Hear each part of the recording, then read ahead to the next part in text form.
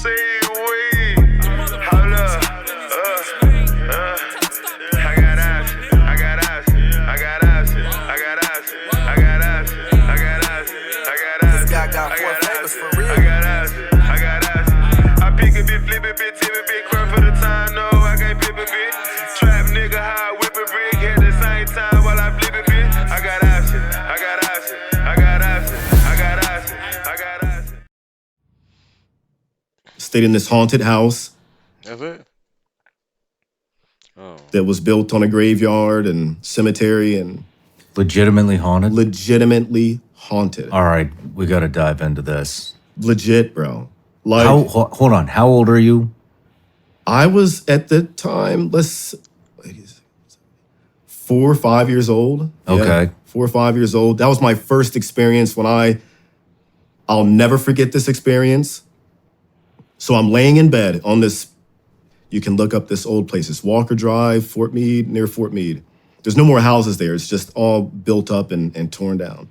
But lived in this all brick house that was connected to another home that if you poked the hole through the wall, you could see the neighbors in the adjacent room. Few 100 square foot home, very, very, very small. And my dad would always say if you stood in the front door, you could spit and you'd hit the backyard. It was a very small home. So as a kid, we would always hear like people running upstairs, footsteps, and my parents would, ignore it. It's just the house creaking or whatever.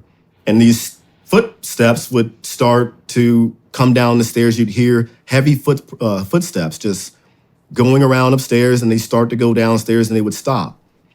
A few other times you would hear conversations, but like whispers or like staticky whispers on a radio station you couldn't tune into all the way.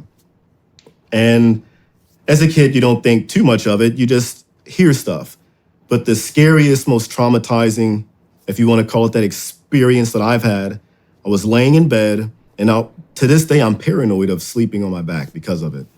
Laying in bed on my back, and something woke me up.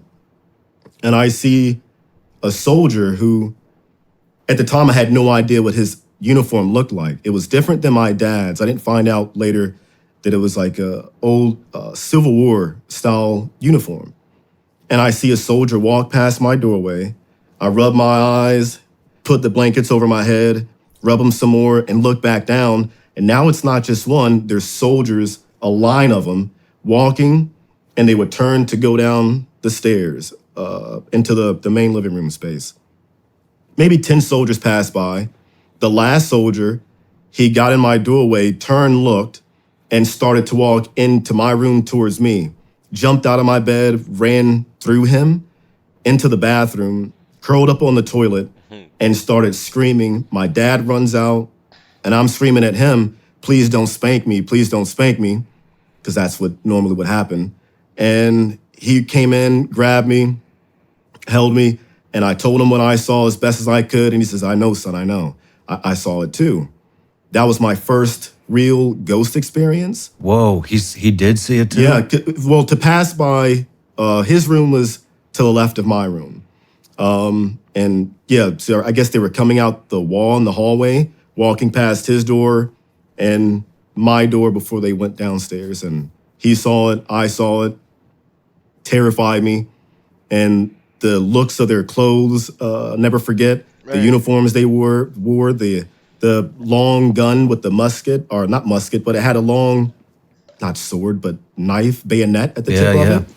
And they were marching with the little cap hats down the stairs. I had never seen that uniform a day in my life, and I won't forget it.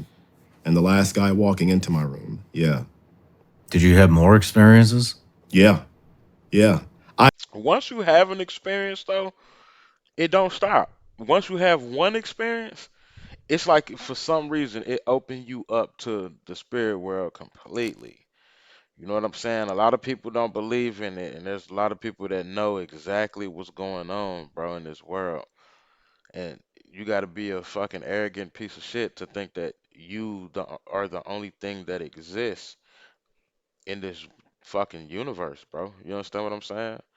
If you think there's not other dimensions, bro, and you know what I'm saying, that like people that die of a harsh trauma, you know what I'm saying? Death, like real trauma. Like you crazy, bro. Like I didn't live some shit. I'm a self. I'll do a story time on my next video, bro. I ain't gonna lie, this is inspiring me to tell a couple of my stories, bro. Cause this shit is it's real life, bro. It is. I've had one, I guess, more recent when within the past 15 years or so, I was working at a gun range called Rifles Only. It's a big precision rifle uh, training facility.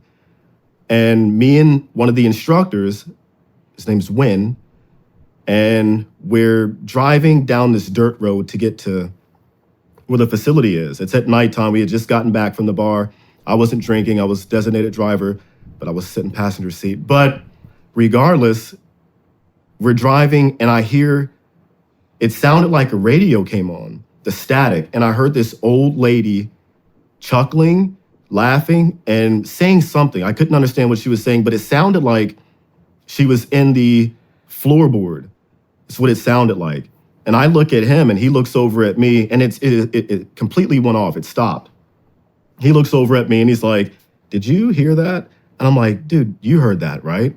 And he's like, "It's not my radio." He had an old pickup truck. The wires are all over the place and it's an old beat up pickup truck. Radio does not work. And we just kind of ignored it after that. Never talked about it. He didn't want to believe it, but we both heard what we heard. It was an old lady in the floorboard talking I don't know what she was saying. So old lady. Whoa. Trying to tell you, bro. Trying to tell you, bro. Hey, that shit get wicked sometimes, man. You gotta be careful with what you're dealing with. And he might have a gift. He might have a gift that he don't know about. You know what I'm saying? As far as that, like that spiritual connection. You know what I'm saying? With spirits and shit. A lot of people have them, and they don't understand how it works or even how to, you know what I'm saying, use it the proper way. You know what I mean? When, Whoa. if you're out there, you know what I'm talking about. Damn. But that's my experience. Well, let's go back to childhood. So you grew up in a haunted house Yeah. in Maryland. Yep. And it was built on a cemetery. That was like pretty much. And as a kid, I remember. Okay, so this is the weird portion. My mom, her side of the family, my grandmother, they've been introduced to like voodoo or Oh shit. magic. What I just say? The nigga probably got, you know what I'm saying? Like, especially if your parents or grandparents indulge in stuff like that. You know what I'm saying? Or have 9 times out of 10, you're gonna be like really sensitive to that to the spirit world anyway. To ghosts, demons, all of that, poltergeists, all that. You're gonna be really sensitive to the activity. You know what I mean? Especially after your first encounter, near death experience, stuff like that. So I kind of figured that, and then since if they've been doing voodoo, nigga, bro, he might need to get cleansed somehow.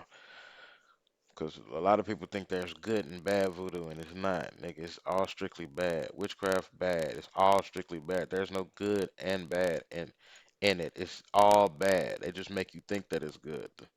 The spirits or the demons or whatever's leached on and latched on to whatever you're doing, it's gonna always make you feel like you're doing good. That's why don't nothing bad normally happens to motherfuckers right away. Cause why would I make something bad happen to you, nigga, when you doing exactly what I need you to do? You know, make it make sense.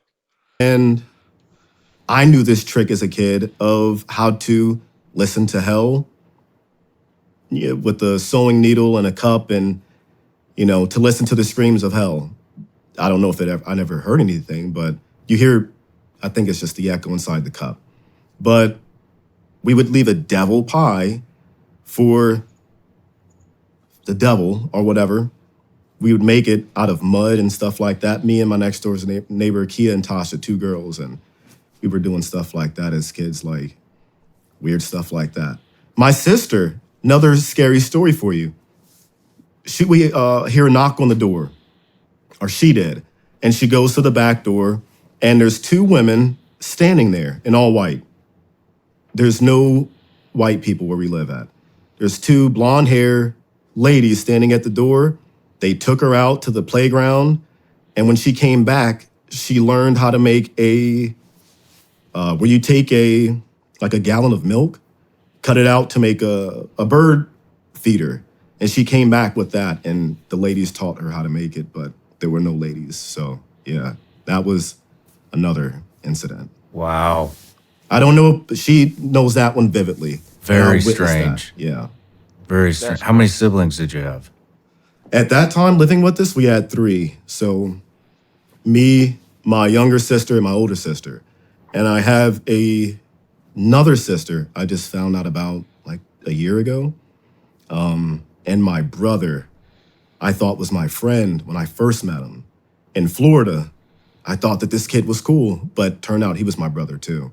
So I have, that I know of. Papa was a Rolling yeah, Stone for real. 5. You hear me? Holy shit. Yeah. My dad was getting around, man. Yeah. He was getting around. Right on. Well, let's go back. So you grew up around voodoo? I knew about it. Like different spells and stuff like that. No matter where you're watching Shawn Ryan show from, Bro. Shawn Ryan, I ain't gonna lie. If this was your show's about, I'm gonna check you out, bro. Cause I fuck with the, you know what I'm saying, the whole paranormal thing. That's my thing, bro. You know what I'm saying? But y'all catch me on the next video, bro. Cause I'm telling you, I'm about to drop some stories. You might not even believe me, bro. You know what I'm saying? But I don't even give a fuck if you do or not, nigga. These shits happen to me, nigga, and they happen like he's saying vividly. I remember them like still to this day, and I'm 36, and I remember like it happened yesterday, nigga. It still give me chills and goosebumps sometimes when I you know what I'm saying, have random thoughts about the shit that didn't happen. So check me out, bro. I'm trying to tell you, bro. Them ghost stories. See Nigga, we. Hold up.